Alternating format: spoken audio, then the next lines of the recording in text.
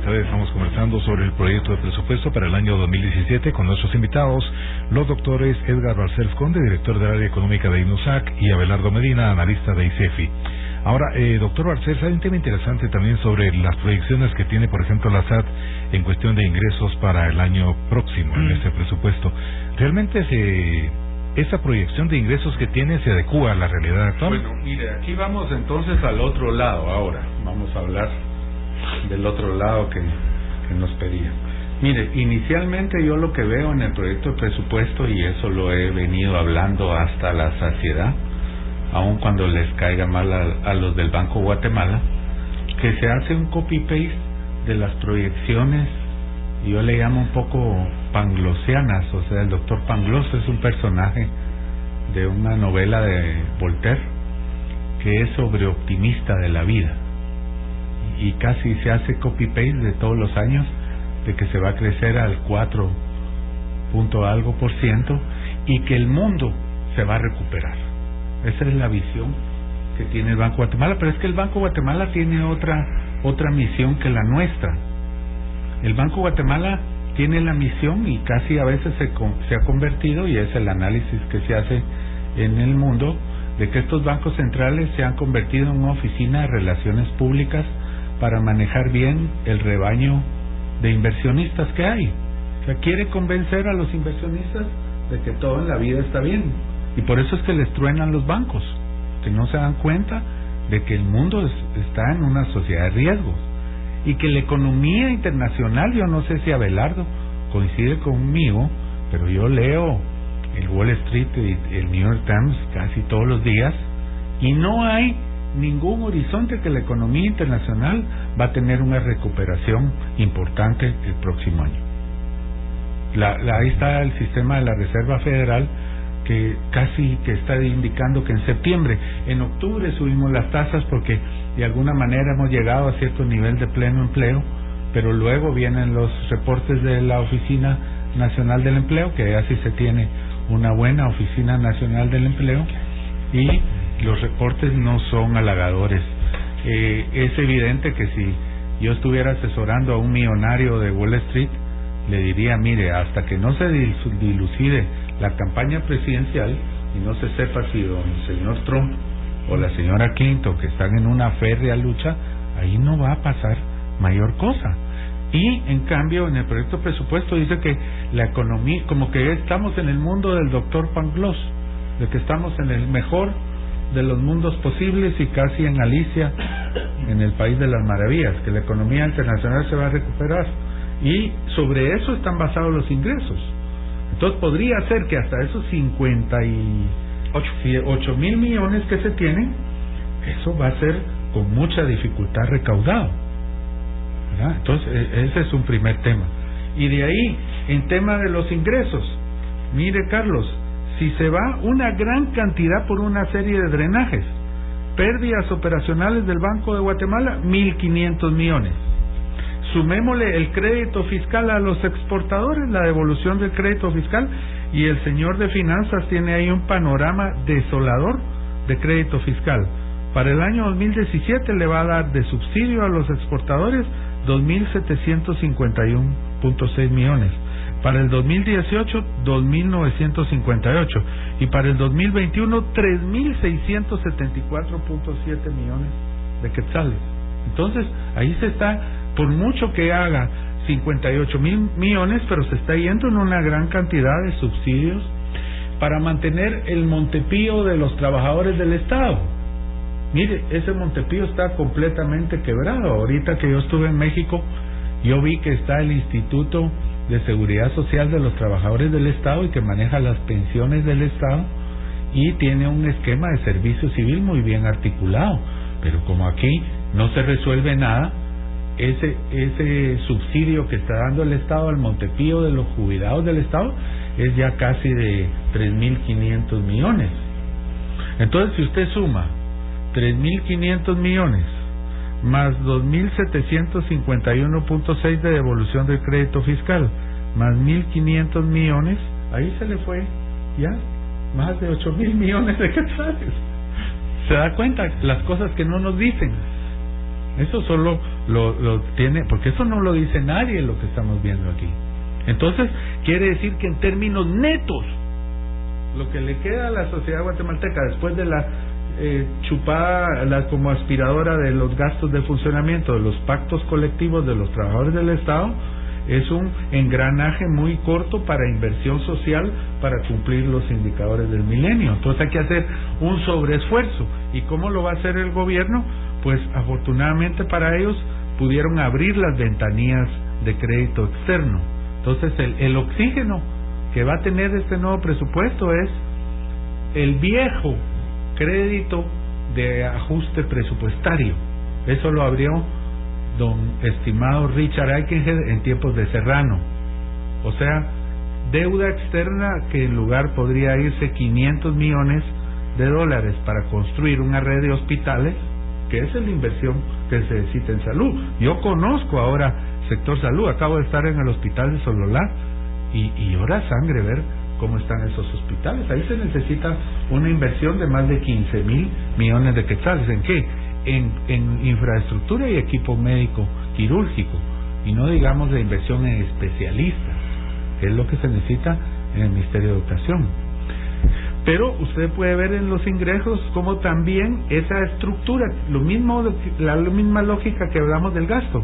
Hay una serie de drenajes en los que se va una gran cantidad, y a eso le llamo yo los grandes subsidios al sector privado de Guatemala que se tiene, porque las pérdidas operacionales del Banco Guatemala es parte de las ganancias del sistema bancario, y este subsidio de crédito fiscal a los exportadores, pues Abelardo lo maneja y lo puede explicar mucho mejor que yo. Pero lo que quiero hablar es que también en la parte de ingresos tenemos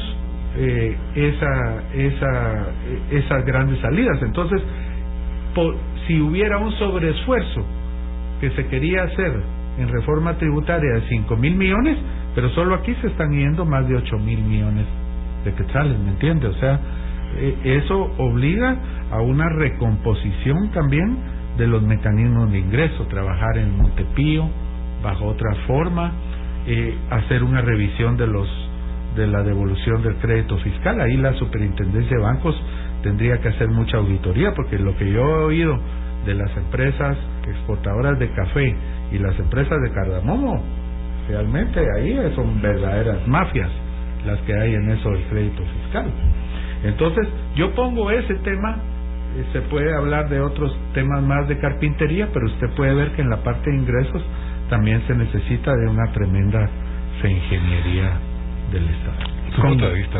Con el tiempo que nos queda voy a tratar de ser muy sintético en la parte de los ingresos.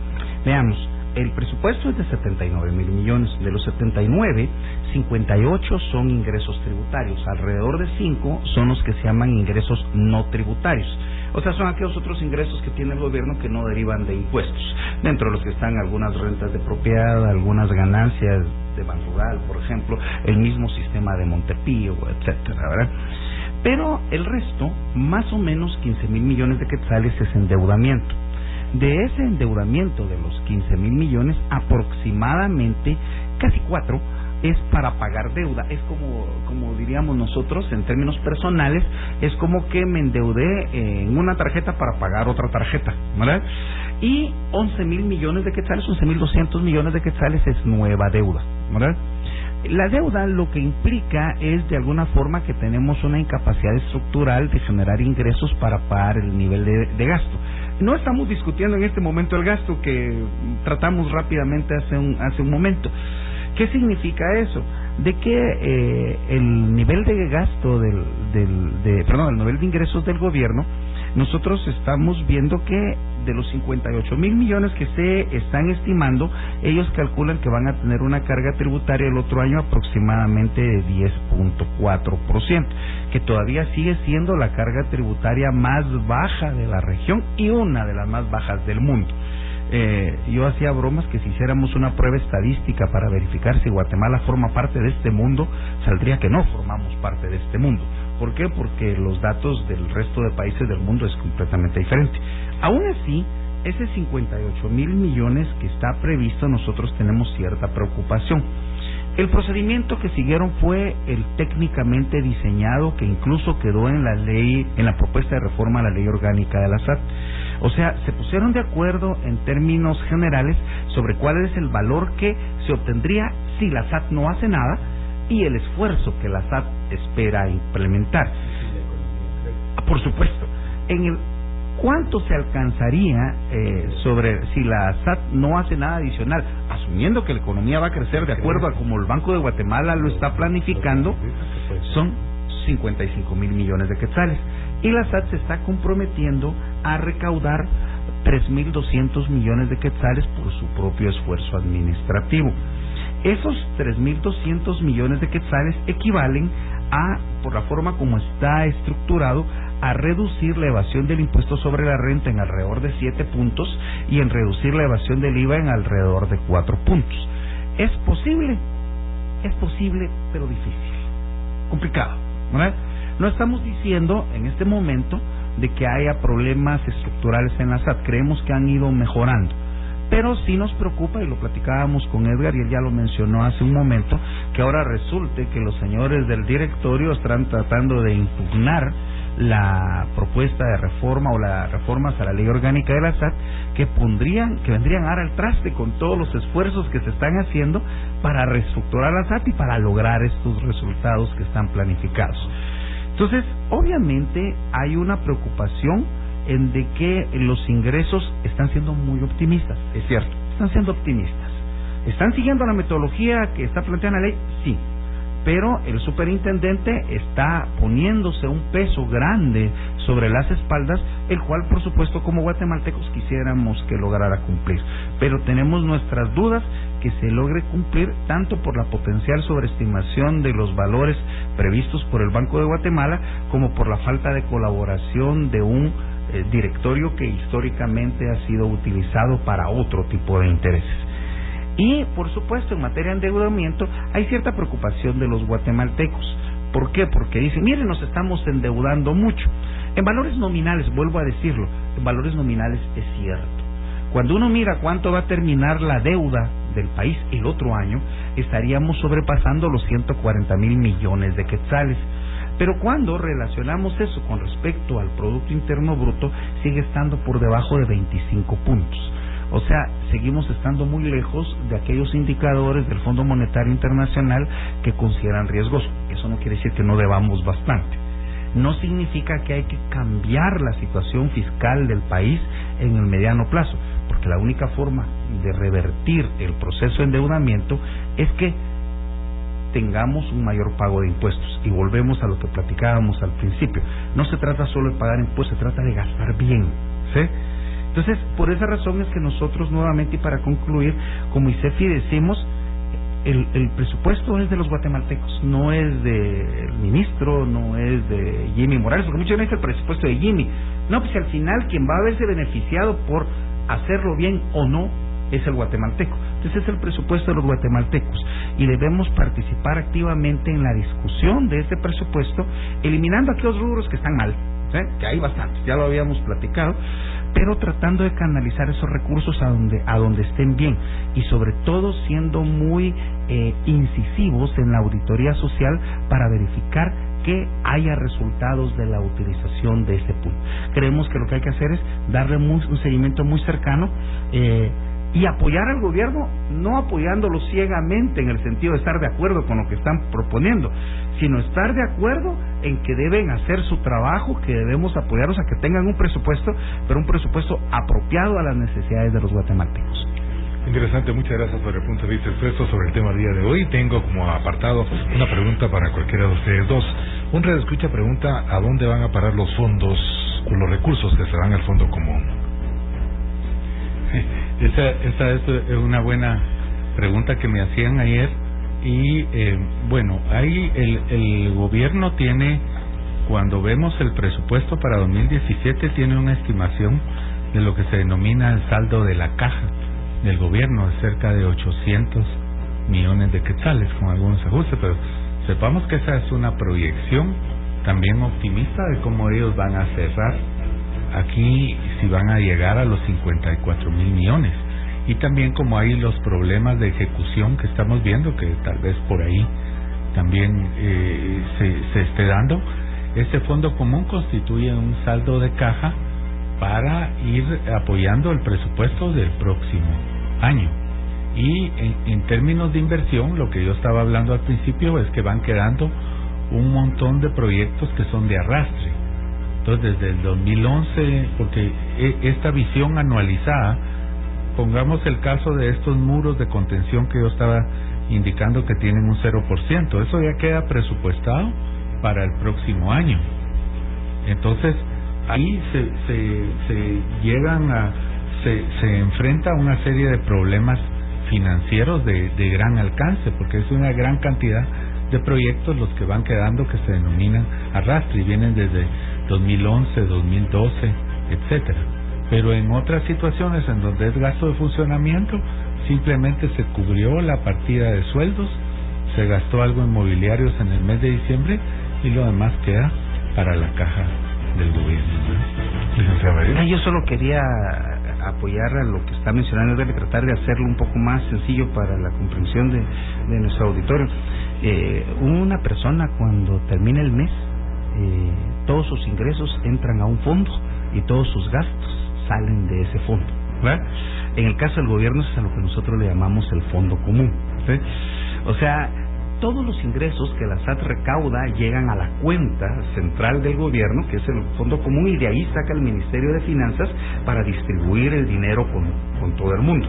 Lo que menciona muy bien Edgar es que al final del año, ¿sí?, puede ser que le sobre algo al Ministerio de Finanzas, pero no es que le haya sobrado porque al final hubo exceso de dinero o recaudamos muchísimo. Muchas veces lo que sobra es porque simplemente algunos de los proyectos que estaban presupuestados no se ejecutaron o no se ejecutaron completamente, ¿sí? Entonces sobra un poco de dinero que no se ejecutó. Un ejemplo claro es, por ejemplo, yo no pagué la energía eléctrica al final del mes de diciembre, pero eso no quiere decir que me sobró el dinero, sino que simplemente no pagué el dinero al final de ese año. Entonces, ¿qué es lo que hace el gobierno? Contempla que ese saldo que va a sobrar lo va a utilizar el otro año dentro del presupuesto. Entonces no hay tal sobrante de dinero. No hay ahorro, pues, sí, así. Simplemente lo que sucede es que todo entra a la cuenta del gobierno, entran los ingresos y de ahí se va sacando el dinero hasta que se agote. Interesante, muchas gracias a nuestros invitados, doctor Abelardo Medina, analista de ICEFI, y doctor Edgar Balcells Conde, director del área económica de INUSAC, por lo importante de su punto de vista sobre el tema del día de hoy. A usted las gracias por la atención, la invitación como siempre muy cordial para mañana, Dios mediante, cuando sean las 8 horas y enfoquemos de nuevo otro tema de nuestra actualidad.